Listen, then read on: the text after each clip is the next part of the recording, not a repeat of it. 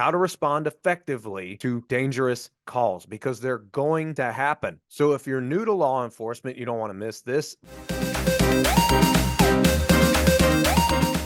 Hey, what's going on? It's Scott. I worked in law enforcement for several years, and in this video, I wanted to go over some solid advice that I learned and implemented when it comes to how to respond effectively to dangerous calls. The first thing is this: our brains like what's familiar, and they never like conflict. It never desires you to go to a violent situation. And there is that initial phase of where the brain's trying to gather what the heck is going on. Therefore, we are really in a reactive state. And we want to speed that up by mentally rehearsing things that could go down or things we could be exposed to. I'll never forget the first foot chase I had on a traffic stop. I rehearsed what I was going to do when that time came. And I was running after the guy, literally doing what I had rehearsed in my mind. I looked back at the car to make sure no one was in the car so I didn't get shot in the back or someone started running up behind me. And then with my key fob, locked the patrol vehicle and then pursued after him, calling out the street names as best I could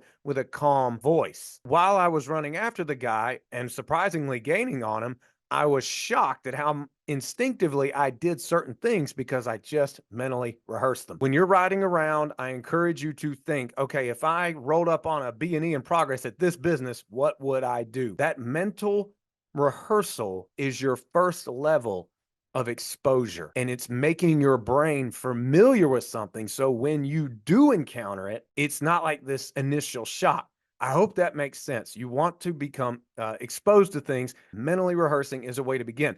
The next thing is, obviously, you want to attend as much tactical training as possible and make sure it is good tactical training.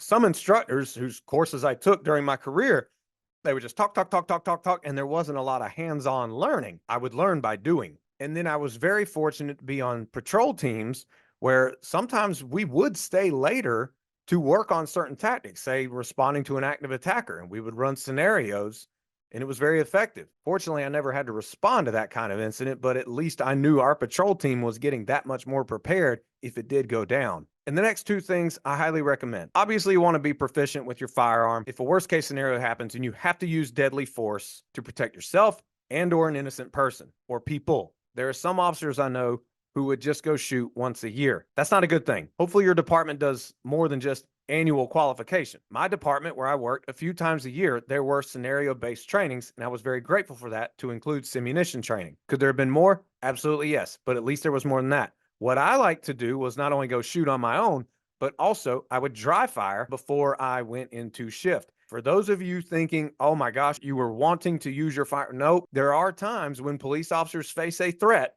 and they have to absolutely protect other people and or themselves. There's no way around it. And an officer has to be proficient with their handgun, to which what they do shoot in qualification drops dramatically and their accuracy decreases because of adrenaline pumping throughout the body. It's a human reaction. Therefore, the more you dry fire, the more you shoot on your own in practice, the better you'll be. Obviously, the next thing I would recommend is something I have spoken about, and I'm going to continue to speak about it.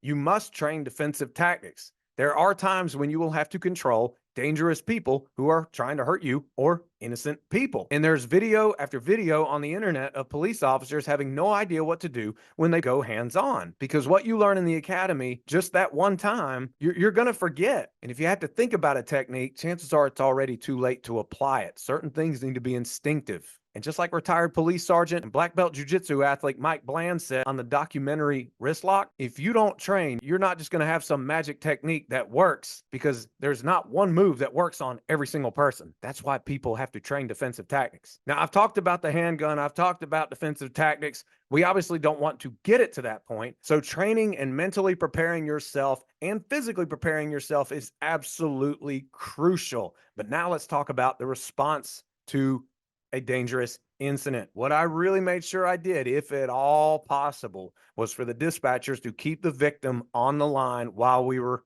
responding and get as much information as humanly possible. And we had this one dispatcher who was very good at getting us information as quick as possible. And for lack of a better phrase, it was pretty much a live update. He and I joked around about the song G6 that came out several years ago, and his nickname was G6. But anyway, get as much information as possible and then start to rehearse what you're going to do when you pull up on scene. And then obviously don't pull up right up to it. Sometimes we would park a block or two down or several blocks away and then walk up. Whatever you need to do, do it. And then as you're going, this is something I could have done better throughout my career. Take deep breaths, because our brains work better when we have optimal levels of oxygen.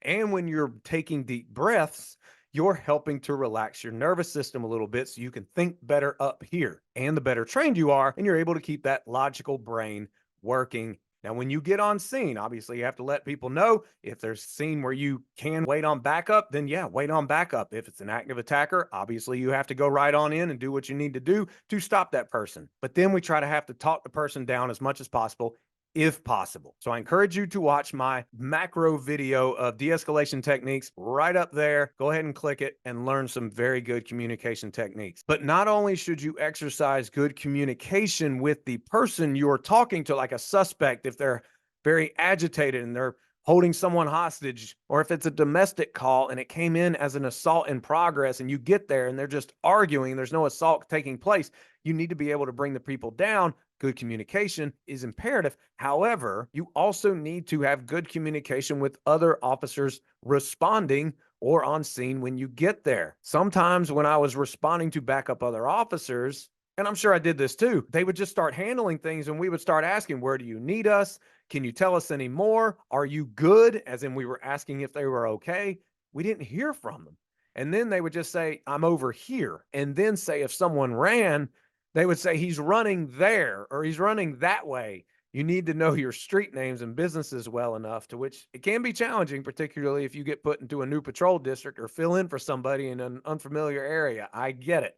Fortunately, there's GPS now. When you're driving to these calls, you don't know where you're going. But yes, communication, communication, communication. And that's part of what you can mentally rehearse as well. How will you talk to your other officers and communicate to them what needs to happen or where they need to go or where they need to set up? Or say on a domestic, has the situation died down enough so that there's only need for maybe 2 or 3 officers? Because what I saw was you'd have about 5 or 6 going and then nobody would disregard and go the other way. And sometimes people can get more amped up the more they see police officers coming. That's totally a judgment call on your part or a procedure call. It's something to think about. You need to communicate that. Now, the last thing I want to talk about is some minute details that you might be thinking, you got to be kidding me, but it's true. Please, I beg you, if you're a police officer, wear your dang vest. Please. I knew officers that kept their vest in the passenger seat, and I kept on thinking, what if they roll up on something in progress and they don't have time to get that vest? Their whole torso is exposed. Yeah, I recommend anytime you want to take your vest off during shift, make it at the department or somewhere inside a building that's locked and secured. It's just my advice. The next thing you need to know is assess what you're going to do based on use of force needed. However, have a backup plan.